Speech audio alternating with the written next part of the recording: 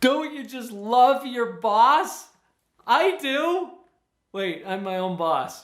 Well, what if you hate your boss? How to deal with a boss you hate today.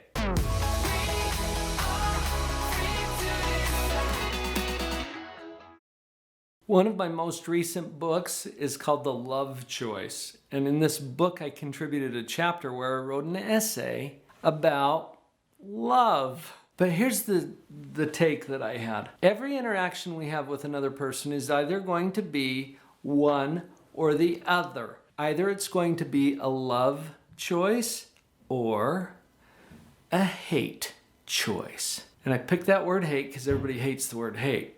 And they don't want to be accused of actually doing it. But what if we really do hate somebody? Like that boss, that's driving you nuts. Or that person that just driving you crazy. Keep in context for just a minute that your experience of this person has to do with that choice. Is it a love choice or a hate choice? And there's a really great way to choose hate, okay? There's a 3-step process, and I share this in the book. First, you have to assume the worst. Assume the worst about that person. Since you don't know, assume the worst, okay? Building on that, you're going to practice pride. And this comes to the fact that you know you're right. Dig your heels in and take that position. And by definition, because you're right, they're wrong. Third step, think to destroy. Use that creative power of your mind to come up with ways to retaliate or hurt or destroy that person. Isn't that awesome? Now we've got a method that we can actually choose hate, which of course you would never do. And I would never advocate that, but I want you to know how it's done so that we can be more intentional about the love choice. How can we choose love? Especially with someone who's driving us nuts. Step 1, we're going to do just the opposite of the hate choice, okay? We're over here, it was assume the worst. For the love choice, we're going to assume the best. Since you don't know, just assume that that person has the most righteous and pure of intentions. You don't know, so just take that position. Step 2, practice humility. Because really, even though you know you're right, there's probably a lot of places where you aren't. Sometimes we forget this, and life reminds us of it instantly, and it's not pleasant. So just have the humility to think, maybe, I'm not right, and I'm open to other possibilities. And a lot of conflicts turn into who's right instead of what's right. So we're going to abandon the who's right thing and just get back to what's right. What are the principles that are going to support success here? And then step 3 is to use that same creative mind and energy to think, to create, and to build up and to enhance. I set that up because the title of this video has to do with how you're going to deal with this person that you hate, especially if it's somebody that you're working with or who's in a position of authority over you. Notice that your own reaction to them has something to do with this choice, with the love choice or the hate choice. And that alone is going to serve you really well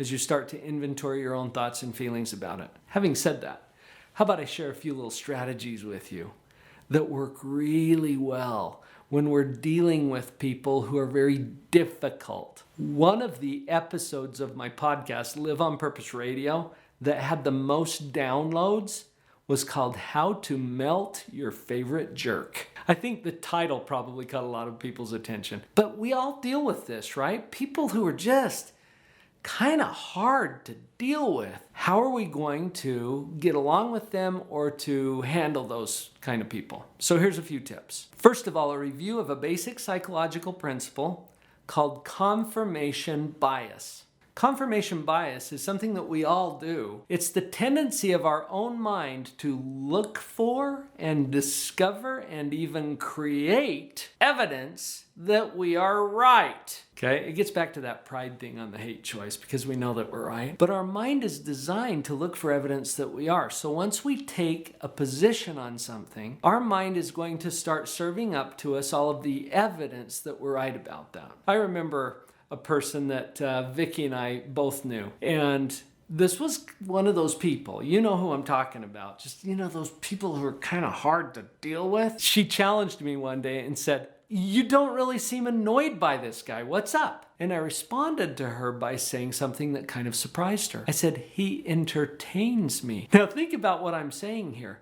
I had taken a position that this guy kind of entertains me. In taking that position, I saw ample evidence for reasons to smile, sometimes inside my own mind, about what he was doing, as I thought, wow, that is a good one, right? He entertains me. It was a position that I took. What if I took the position he annoys me? Then I'm going to find all the things that annoy me about him. His behavior didn't change. My response to him changes because I've taken a different position. And your brain will serve you up with evidence that you're right about whatever position you take. That's how we can use our brain to our advantage instead of working against us. Think of your emotional life and your reactions to people for just a minute as a prized possession. A car, for example.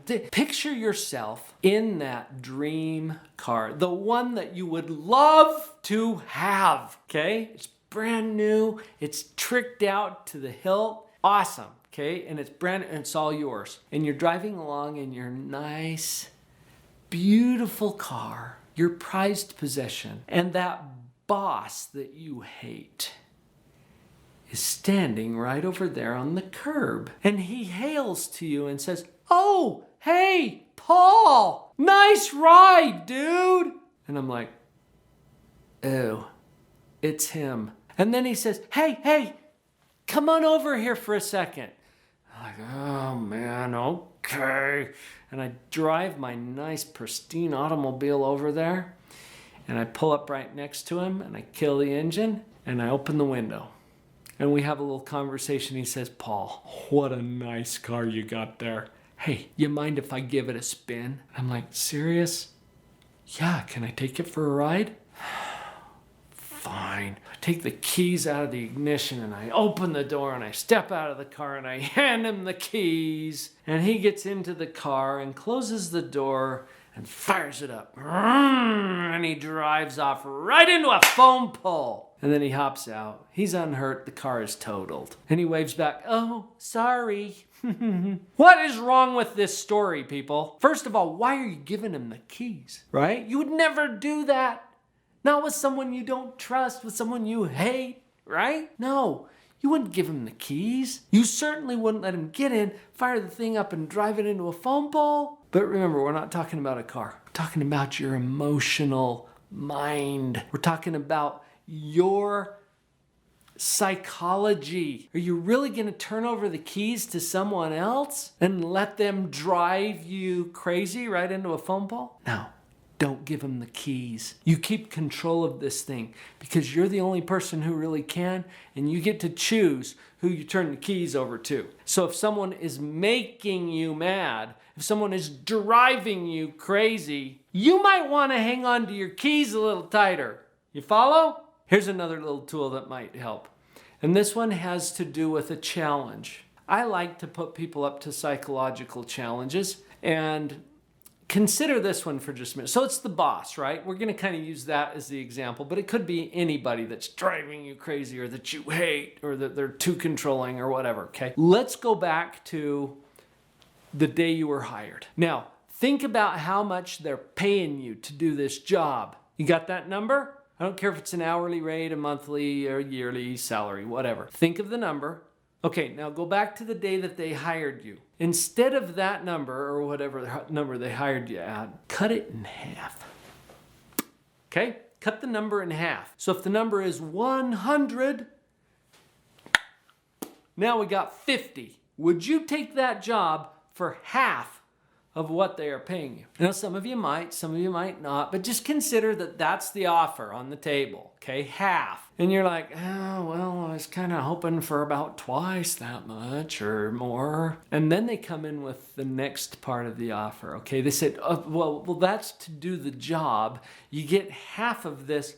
You get this much to do the job. Now, we've got this other money that we can offer you, but here's the thing. Your boss is an idiot. We all know. We're all trying to deal with and tolerate this guy. He's an idiot. We got to find some people who are willing to work with this guy because of whatever reason, okay? He's the nephew of the founder. I don't know. So here's the deal. You get this much for doing the job. We will double that. We will pay you twice what we're willing to offer you just to deal with this guy. But you have to do it in a way that is pleasant and doesn't disrupt the workflow for other people and allows you to still get your work done. We're not sure if you're up to it. Would you take it? Now, this is just a mental experiment. You don't know, even if they tell you, what all they're paying you for. What if that's actually the case? What if half of your current wages are to deal with that guy? Would you keep the job? Or would you take a cut in pay, just take half of it to just do your job? You might have different answers for that than other people might have. That's not the issue. What I want you to connect with here is a different way of looking at this that might help you to feel like, you know what? I'm getting paid pretty well to deal with this guy, and I'm doing a pretty good job too. See, it changes the context. And in changing the context, it changes how you feel. You've got a choice here. You're going to be on the love side, you're going to be on the hate side. And I think to choose love, it serves us well to do some of these mental exercises that help us to establish a different position, maybe one that's going to serve us well, and get that brain working for us instead of against us. Notice that all of the tricks that I shared with you today are not going to change your boss, but they might change you, and that's even more important and powerful. Thank you for subscribing.